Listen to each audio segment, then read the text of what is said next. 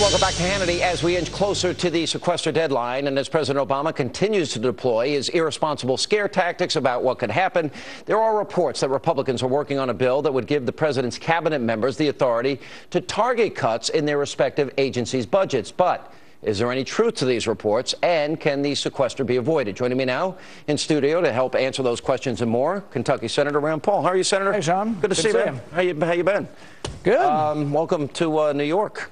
Yeah, in the Big Apple tonight. I don't know about this big city. See, I'm a small town guy from Kentucky. Just be careful if you're carrying a gun or anybody with you. You're only allowed 7 bullets. I was more worried about the big gulp. I had a big gulp coming in here in the 16-ounce drink. I'm afraid your mayor is going to arrest me. No, actually they're going after restaurants now, which is pretty crazy. You know what frustrates me? The average wealth of the average American in the last 5 years has gone down 22%. And everybody out there watching this program, for the most part, has had to make decisions to cut spending. And we're going to spend as much this year pretty much as we spent last year. And the president is scaring the living daylights out of the country. Right. Why can't we make even a basic, why can't we just keep the budget the same? If we can't cut this little bit amount, and this is really a cut in the rate of increase, I worry, will we ever move forward? Are we really destined for bankruptcy in this country if we can't cut the rate of growth? Because that's what we're talking about. Over 10 years, the $1.2 trillion in cuts actually allows the budget to grow over 10 years. Slower growth. So every year we have this thing, it's called baseline budgeting. I'll let you explain it to people. Well, basically, the budget's always going up several percentage points a year, and we're slowing down the rate of growth. Now, in the first year, there is a little bit of dip in spending and discretionary spending. So some budgets they will have to look at. But interestingly, all of these budgets went up 17% under Obama. Now they're going to come down 2 to 6%. They'll still be way above when he came in office. I've also presented a plan that would allow us to do this without any layoffs. We have 100,000 people who retire every year. Don't replace them. We pay federal employees 16% more than private employees. Equalize the pay. Cut out half of foreign aid. Cut out 25% of travel. Boom, you got your sequester and nobody got laid off. You know, by the way, I was really disappointed. You had an amendment that would have prevented the U.S. from, we're paying for them, F-16s and tanks and $1.5 billion going to Morsi, the Muslim Brotherhood leader of Egypt. Why didn't more Republicans support you on that? You know, I lost the majority of the Republicans, but we had 19 votes, so we're making some progress. We lost all the Democrats. I asked Secretary Kerry this as he was coming before my committee for confirmation. I was like, wouldn't you like to at least place some conditions? What about waiting a year before you send? See if the Muslim Brotherhood becomes more scary, less stable, or if they're even in power in a year before you send these planes.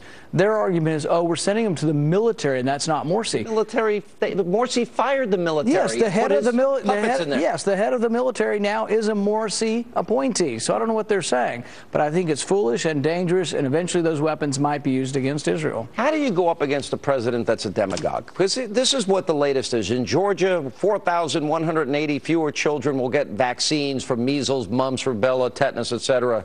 In New York, 2,300 disadvantaged, vulnerable children could lose child care.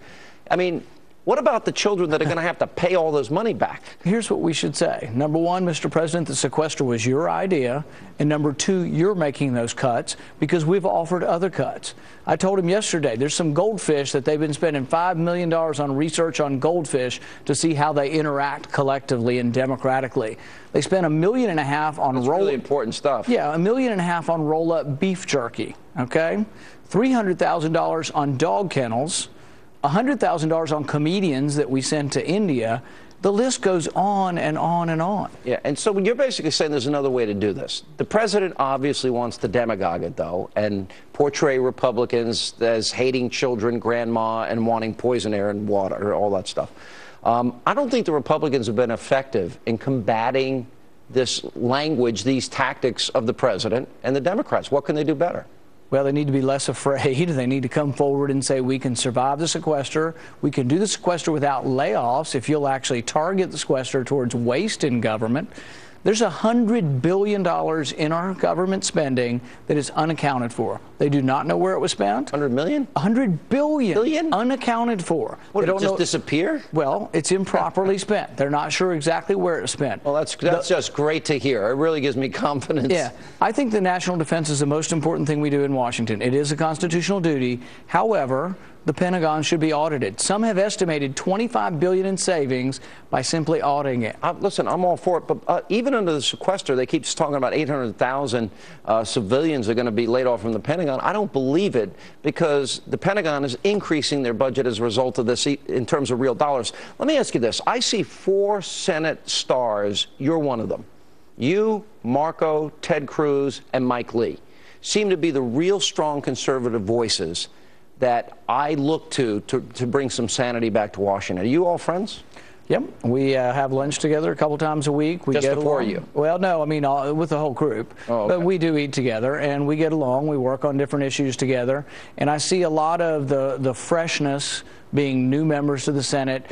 The system beats you down, and that's why I'm a big believer in term limits. We need more rollover, more turnover, because after you've been there a while, it's just hard to have the energy it takes to combat. Government is just this enormous behemoth. It's hard to combat that government. A lot of speculation you might run for president.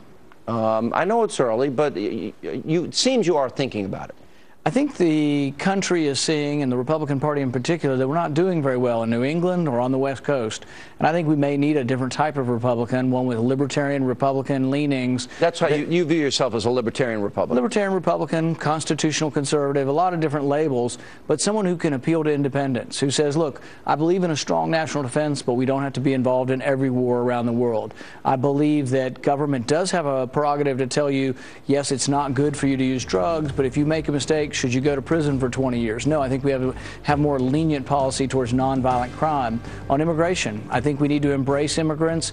My family came as I'm the grandson or great-grandson of immigrants. We all came here. We need to embrace immigrants and say that they're an asset to our society. Well, I think the 4 of you really can have a big impact on the country. So it's going to be interesting to watch all this unfold. Good to see you in New York. All right. Thanks for having me. No more than 7 bullets, and you can't have it more than 16 ounces of Coke. I don't know how I'm going to make it, Sean.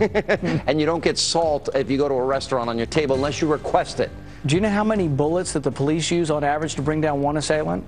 Oh. 5 bullets. How many What if do you think there's 2 you? Yeah. assailants? What if there are 3 assailants and you're not a policeman? And by the way, if your hand's shaking because you're nervous, you're in real trouble. And better not to reload when 3 people are breaking into your house. Great point. All right. Good to see you, Senator. Thank you.